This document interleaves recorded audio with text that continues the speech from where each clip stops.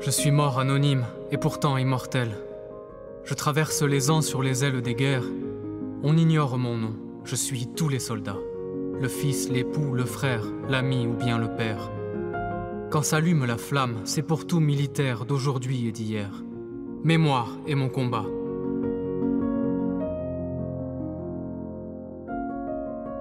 La guerre a ravagé nos forces vives. Du cœur de nos villes aux profondeurs de nos campagnes, de la capitale aux frontières de l'Empire, tous les hommes dans la force de l'âge ont été mobilisés dans un conflit si meurtrier qu'il garde encore aujourd'hui le nom de Grande Guerre. Cette guerre fut totale. L'Europe entière, ses colonies, les hémisphères du Canada à l'Australie, du Guatemala à l'Ouganda, plus de 70 pays, 70 millions de soldats mobilisés, dont 10 sont morts. Et puis, des millions de civils. Guerre de position, elle fut aussi guerre de mouvement, sur terre, sur mer et dans les airs. La révolution industrielle eut son revers. Elle fit entrer dans la guerre les chars, les avions, les sous-marins, les canons de longue portée. Autant de puissance de destruction.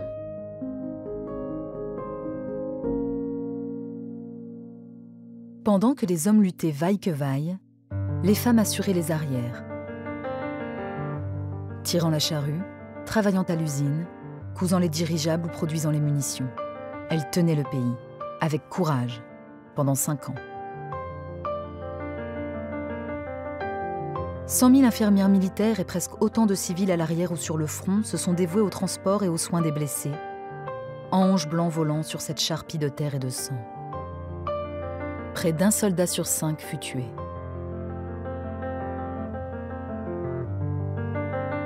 Qu'il soit fils de général ou d'ouvrier, poète ou paysan, marin ou artisan, instituteur ou bien curé, ils se trouvèrent liés dans l'adversité, puis mêlés dans la boue des tranchées.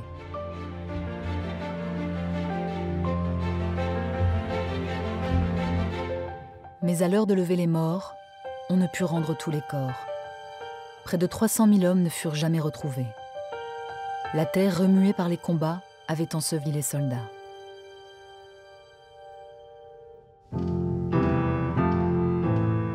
Pour les familles, la peine était trop dure. Après tant d'abnégation, la guerre leur volait même leur sépulture. Sans le corps de l'être aimé, comment lui faire ses adieux? Comment l'honorer? À ce deuil national, il fallait un symbole. L'idée fut lancée en 1916 par Francis Simon, président de la section rennaise du Souvenir français, d'ouvrir les portes du Panthéon à l'un de ses combattants morts pour la patrie. En 1919, la Chambre des députés adopta la proposition d'inhumer un déshérité de la mort afin qu'une sépulture soit donnée à tous ceux que la guerre avait défigurés. Il fallait un lieu de recueillement aux familles de tous les disparus, un lieu de deuil commun à la nation française. Le 11 novembre 1920, en l'honneur du 50e anniversaire de la Troisième République et des 2 ans de l'armistice, le chœur de Gambetta devait être inhumé au Panthéon. L'Assemblée nationale décida que le même jour, le soldat anonyme serait enterré à l'Arc de Triomphe. Flandre, Artois, Somme, Marne, Chemin des Dames, Champagne, Verdun, Lorraine, Alsace, de ces secteurs de l'ancien front s'acheminèrent vers la citadelle de Verdun 8 cercueils, portant les corps de soldats français non identifiables. Il y a ceux qui s'en sortent et puis ceux qui restent. J'ai donné ma vie pour la patrie. Je n'ai pas forcément été plus héroïque qu'un autre. Il nous fallait déjà tenir. Tenir dans le froid et la boue. Tenir sous les balles et les coups. Tenir malgré l'absurde. Sans rien voir ni comprendre. Et ça, c'était déjà héroïque. On m'a choisi par hasard, parmi 500 000 corps anonymes. Dans cette grande hécatombe, nous étions Louis, Jean, Claudius ou bien François. Nous étions des soldats. J'étais un de ceux-là. Le 2e classe Auguste Tin du 132e régiment d'infanterie, fils d'un mort pour la France, fut désigné pour choisir l'un des 8 corps. André Maginot, ministre des Pensions, lui remit un bouquet d'œillets rouges et blancs. « Soldat, vous allez le déposer sur l'un des 8 cercueils qui sera le soldat inconnu. » Par un touchant calcul, Tin détermina qu'il choisirait le 6e cercueil qu'il rencontrerait. il y déposa le bouquet. Puis, il se mit au garde-à-vous. Ce fut le premier honneur rendu aux soldats inconnus. C'était le 10 novembre. Le cercueil prit la route de Paris tandis que les 7 autres rejoignaient la nécropole du faubourg pavé, au cœur de la ville de Verdun. Il fut veillé toute la nuit place d'Enfer Rochereau. Le lendemain, il fit escale au Panthéon en un salut aux grands hommes de France. Puis, placé sur un fût de canon couvert du drapeau tricolore, il arriva solennellement à l'Arc de Triomphe sous les acclamations.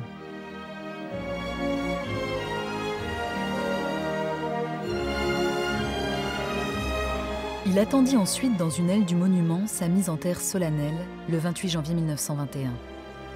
Il repose désormais sous l'arc. Un parmi ceux de 14, comme les appela Maurice Genevoix. Un qui les personnifie tous. Pour donner plus de portée au symbole, l'idée fut lancée de faire brûler une flamme sur la tombe du soldat inconnu. La flamme sacrée fut allumée pour la première fois par André Maginot le 11 novembre 1923, en présence du général Gouraud, gouverneur militaire de Paris. Depuis, elle est ravivée chaque jour à 18h30. À ses pieds brûle la flamme allumée chaque soir en sa mémoire. Pour chacun des tombés qui n'a pu être nommé, pour chacun des soldats morts pour la France. Parmi les anonymes, j'ai été choisi, en leur nom à tous. Sur ma tombe brûle un flambeau, ravivé chaque soir, qui les honore chacun, à jamais. Tous ceux qui dans la guerre ne baissèrent pas la garde, les cœurs altiers et fiers, les fronts hauts de bravade, me prirent pour symbole de leur résistance et tracèrent sur leur croix les lettres du mot France. Symbole des soldats morts pour la France, le soldat inconnu est devenu celui de la résistance. Celui qui ne se rend pas a toujours raison contre celui qui se rend. La phrase du poète Charles Péguy, mort au Champ d'honneur en 1914, atteint les cœurs et les esprits dans un tract du 17 juin 1940. Le lendemain, le général de Gaulle lance depuis Londres son appel à résister. Le 11 novembre 1940, à 17h, malgré l'interdiction faite par l'occupant allemand de fêter l'armistice de la Première Guerre mondiale, des centaines de lycéens et étudiants convergent vers la place de l'Étoile et manifestent à l'Arc de Triomphe devant la tombe du soldat inconnu. Ils annoncent notre victoire future sur l'Allemagne en commémorant notre victoire passée. Et si l'armée allemande victorieuse défile en 1940 sur les Champs-Élysées et honore, dans un respect teinté d'ironie, cette même tombe, le symbole a déjà pris sa revanche. La résistance s'organise aux 4 coins de France. Les grands de tout pays sur ma tombe saluent mes frères sans linceul, leurs familles en deuil, l'honneur dans la souffrance de nous tous, fils de France par le sang ou le nom, par les liens ou le don.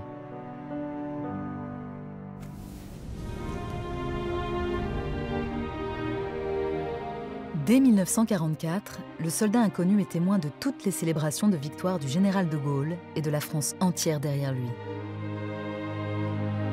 Engagé de la Seconde Guerre mondiale, de la guerre d'Algérie, d'Indochine, déporté, le soldat inconnu les symbolise tous. Il est depuis 1920, hommage à tous nos morts, ralliement des vivants.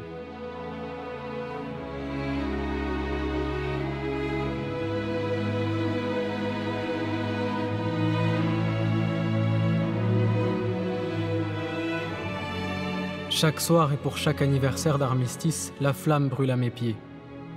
Elle rappelle les actes de bravoure, tous ces hommes tombés, toutes ces vies perdues, toutes ces vies données.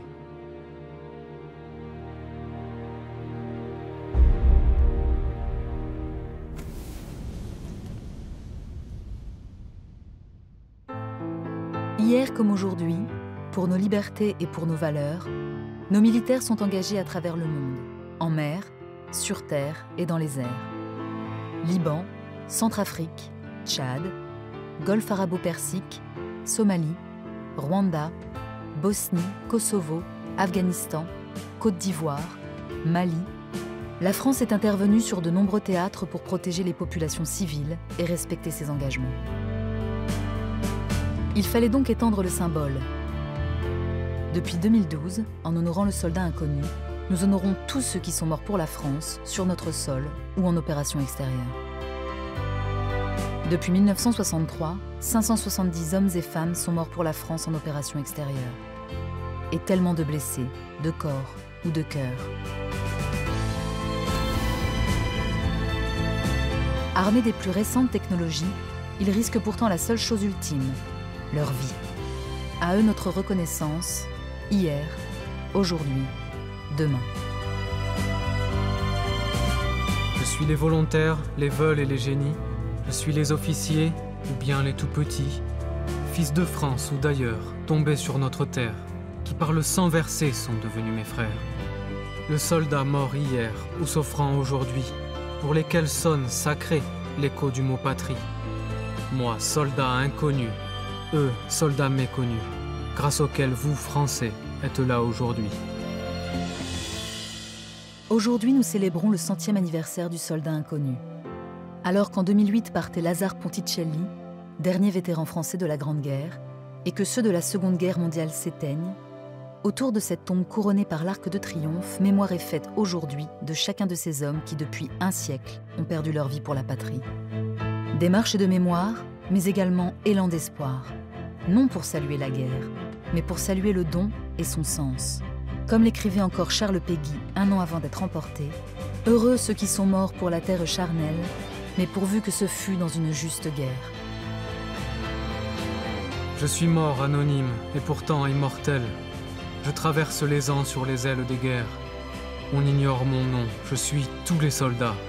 Le fils, l'époux, le frère, l'ami ou bien le père. Quand s'allume la flamme, c'est pour tout militaire d'aujourd'hui et d'hier. Mémoire et mon combat